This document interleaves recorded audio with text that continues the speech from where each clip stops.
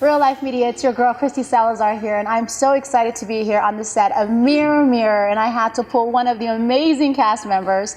You may recognize him from The Walking Dead, Mr. Vincent Ward. How are you? Good. So Thanks for good having to me. see you, to have you. I'm so excited to spend the day with you today. All right. So tell me a little bit about, for those that don't know, a little bit about your history as far as how you got involved in the industry. I got fired from General Motors. There you go. Getting fired could be a good thing. Oh, yeah. You know, a lot of times when people get fired from something, they might think of it as a negative, but it might be a positive to push you into what you really should be doing in life. Very true. I had never thought about being an actor until I got fired from GM and Champ Sports. Wow. So Yeah, two of them. Yeah, so Okay. it definitely opened the door for Okay. me. Even I'm originally from Ohio, moving out here to LA, the money that I got from GM for me not going back helped my move. Ain't that crazy how things happen like that? How you had that push you needed to get you doing what you were born to do, called to do, and then you had a little bit of those resources to be able to hold you over so you could get this going. Yeah, and like 4 or 5 years after that, everybody got fired because they closed the plant anyway. So you were ahead of the game. Yeah, thank you, Lord. Thank you, God, for watching out for us. That's right. You know, I think that's what it is you saw it, what so many people see as a loss, you saw it as a leverage into another season. And a lot of times people get caught up in that loss that they lose sight of what could come after that loss. Yeah, it's about growth. You learn from your past mistakes or negativity or what you might think is negativity, and you grow, you're supposed to grow from it. I always tell people you should never be in the same place this year in 2 or 3 years. I love that. You have Evolving. to grow. Exactly. So, take us back, because, GM was more corporate, and now you're in an industry that is very free. It's very kind of, it's spontaneous. It's tough. Creative. Tough is a good word. It's tough. And, actually this weekend I'm going to speak to some kids about the industry. Okay. And I don't sugarcoat anything. I'm not about, the No mushy frosted stuff. flakes with you. No. Straight I'm raw gonna tell you the real deal, Holyfield. Okay. And if you don't have patience, if you don't have faith, this isn't the industry for you. I like Because that. every day is not going to be peaches and cream. You're going to get more no's than yeses. You're going to fall a lot, but it's what you do when you get back up. And you have to know who you are, I think, to the core of who you are and whose you are, because I think that the rejection is such a big part of this industry. You won't always be anyone's cup of tea. Right. Some people like champagne, some people like wine, soda, but I mean, it's finding what makes you you. Right. So what has been your little kind of, I would say, what makes you you in this industry? Not giving up. Okay. Inspiring, mentoring others, trying to put myself in a position and not only for me or my family, but for other people. I want to be that Tyler Perry that Opens up doors. Open up doors for other people. I want to be able to put out projects that I can be proud of. I want to leave a legacy I have 11 grandkids. Oh, wow. Okay. Yeah, I have 11 grandkids, so I want to be that grandfather that Nice. leaves something for them. That shows that you can do it. Right. That it is possible, that you can, do, when you're called to do something, there is no age limit. I always hear people say, oh, you're too old for Hollywood. And I think to myself, you know what? God preserves those who he meant to preserve for the industry. Right. I didn't start acting until I was 30. There you go. So I want to be that role model. I like that. Okay. It's not about, look at me, I'm Vincent Ward from The Walking Dead. Yeah. I don't even trip on The Walking Dead because for me, The Walking Dead was years ago. I'm trying to figure out what I'm going to do for the future and for now and how we can build together as a team. It's just like I had a meeting last night with my team about, our projects that we're putting together. And I told them, I don't want it to be all about me because I need you guys too. There's no I in team. Nah, I don't play those games.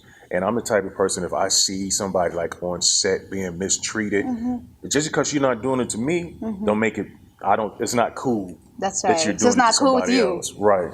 So tell me, how important is a team? Because, in this industry, I think that is one of the most foundational elements is your team. What is it that you look for when you're looking at your team? People that's ready to work. A lot of times people say, well, I'm ready to go to this next level in my life. I'm ready to do this. I'm ready to do that. but when it's time to put in work, you're nowhere to be found. Or, you're not on time, or you're not giving effort. People always complain about 9-to-5 jobs, but you have to give that same effort. You have to give more effort so you can get out of that 9-to-5 job. So that's not a stopping point. It's just a stepping stone to what you're supposed to be doing. I know bills aren't going to wait. I know. Shut down. So, right? Yeah, right. Bills aren't going to wait. And if you're not satisfied or happy where you are, and you have a creative mind, then you're supposed to give yourself more than you give that 9-to-5. Right.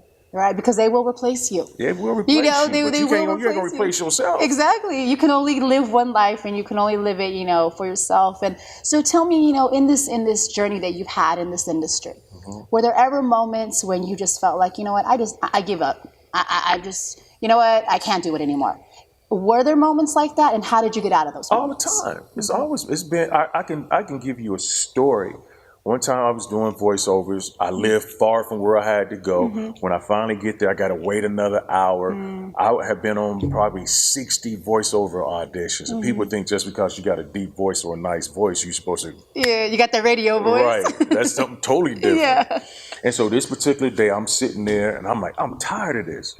Because it was bringing my confidence down because I wasn't booking making you anything. second guessing yourself. Right. I'm sat there. Took my phone out. I started emailing my manager at that time, telling them that I didn't want to do it anymore. But before I can push send, they called me back to do the audition. Don't you love how God works? I turned my phone off, did the audition, came out, turned my phone on, and I swear to you, my manager was like, you booked your first voiceover.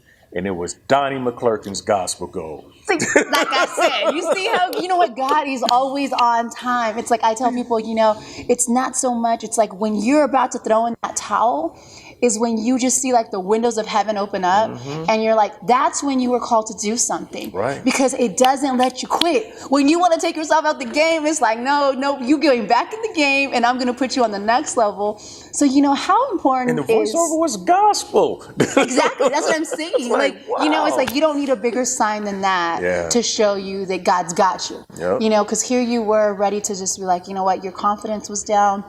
Because in this industry, confidence is everything. If you can't be confident in who you are, you can't expect someone to invest in you and be confident in your skills. It just doesn't work that way. If I don't believe in myself, how can I expect you to believe in me? Exactly. And it's not about being cocky. It's not about being arrogant. It's not about having an ego. It's not about any of that. It's time for good people. It's time for great things to happen for good people. Now, being on the set of Mirror, today, what was about this project? Because you've done your commercials, you've done The Walking Dead, you've done Alien. You've done some good projects. So what is it about this project that really got you? Well, I was in the original cast. Okay.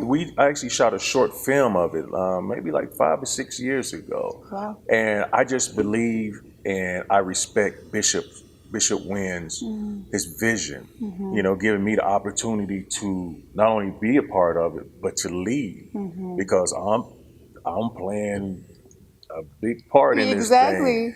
So, just believing in the people who's giving me the opportunity.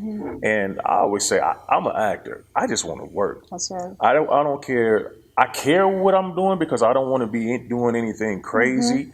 But sometimes jobs come a dime a dozen. And, for him to put his trust in me to lead the way, I'm grateful for it. I love that. And what is, in this industry, what is something that you've learned in this journey that you would say has been your game-changing strategy? I think I've always had the same strategy of just trying to make it. But today, what is making it? I think about some of my friends who came to move to California and are no longer here, had to move back. I've been here going on 19 years. That's a form of making it. Not selling my soul to get a part. Yeah. Not compromising who you are. Yes, exactly. To me, that's making it. I'm not where I want to be, but I'm not where I used to be. Oh, I like that. Yeah, don't steal it. And Rome wasn't built at night. I won't steal it from you. I'll credit you all of it.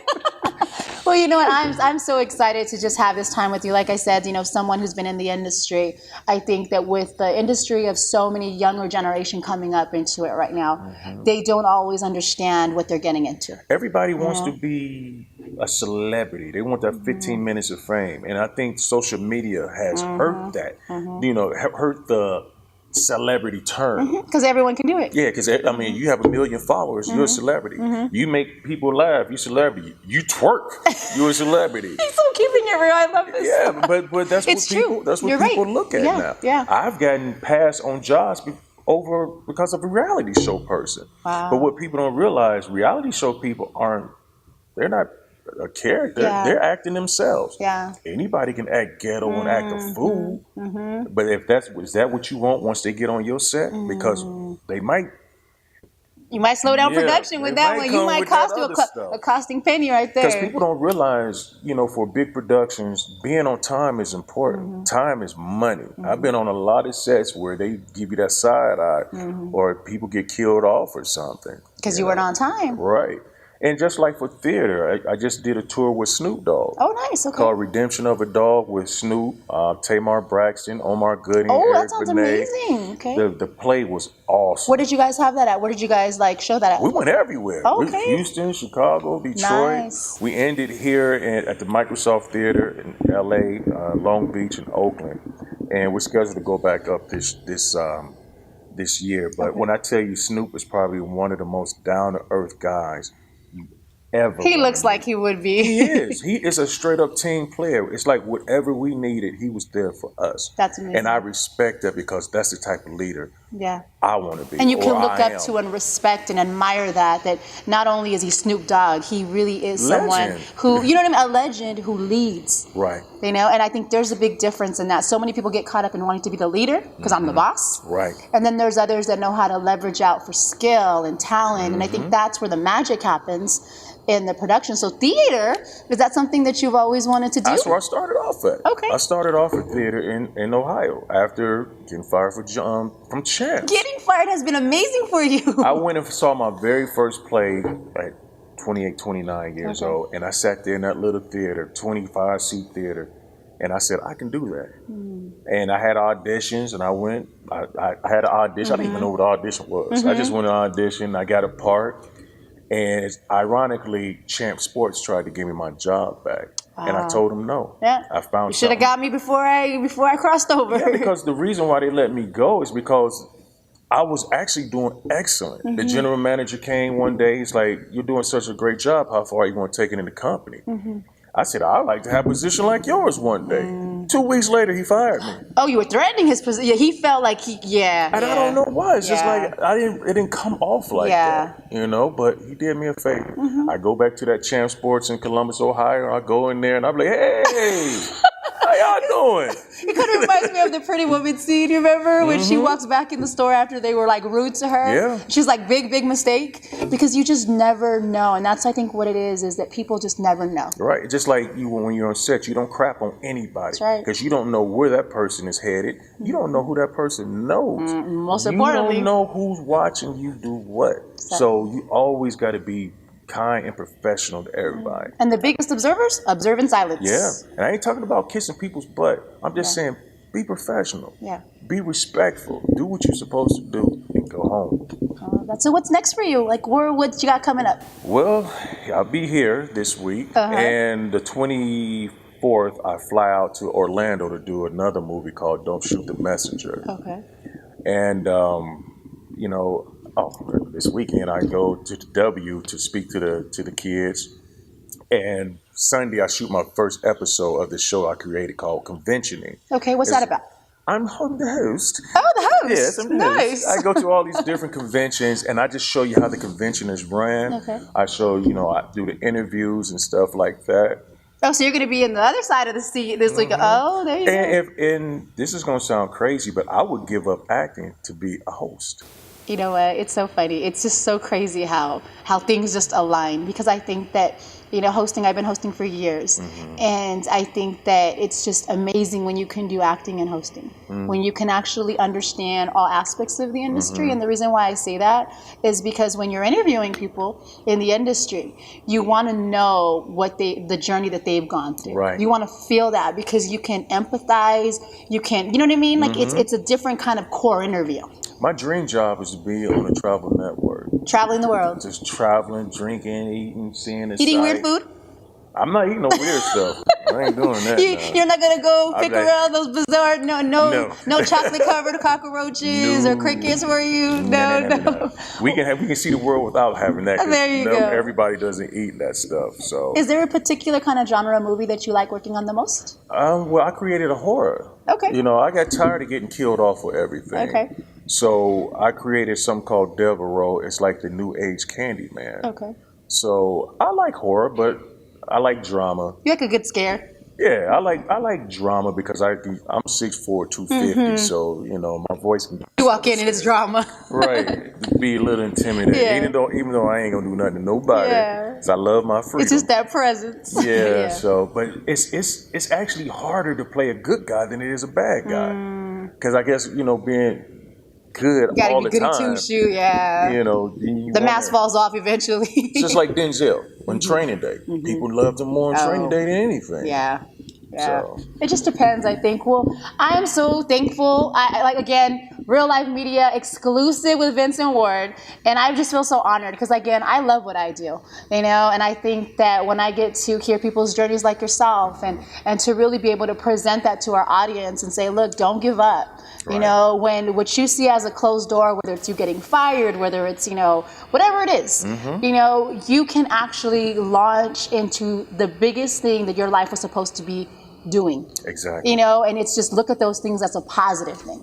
So I thank you so much. Where can they follow you, support you? Anything going on that they can give you support on? Hey, I'm Vincent M. Ward on all social media. So. There you go. He made it simple and easy. So again, Real Life Media exclusive from the set of Mirror Mirror. And thank you so much for watching. We have so much coming from Real Life Media. And again, Vincent Ward, he's keeping it real. And all I got to tell you is more coming. So we'll see you in a bit. Bye.